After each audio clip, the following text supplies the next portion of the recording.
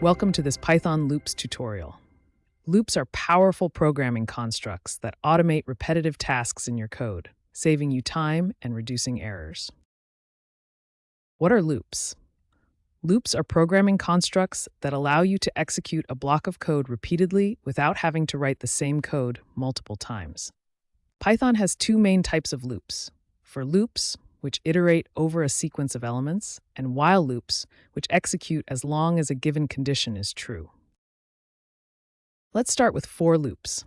The for loop in Python is used to iterate over a sequence like a list, tuple, string, or range. Let's trace through this basic for loop using range 5. The range function generates a sequence of numbers from 0 to the specified value -1. For loops are often used to iterate through lists or other collections. Here's an example where we loop through a list of fruits.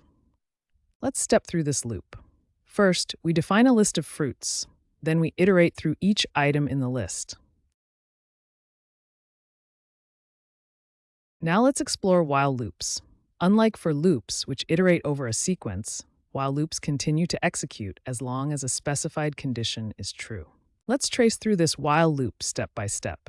We initialize a count variable to 0, then continue the loop as long as count is less than 5.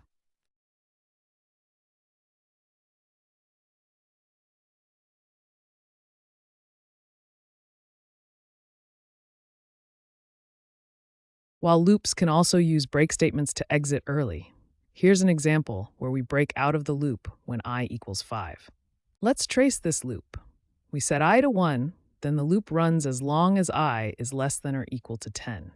However, we have a condition that checks if I equals 5, and if so, we break out of the loop.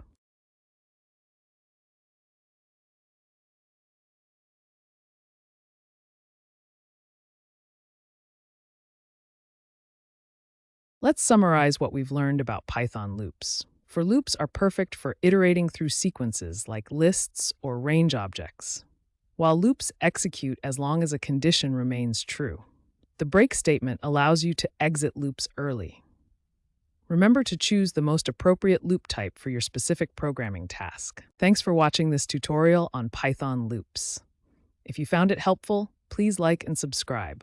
And remember, the best way to learn is to practice.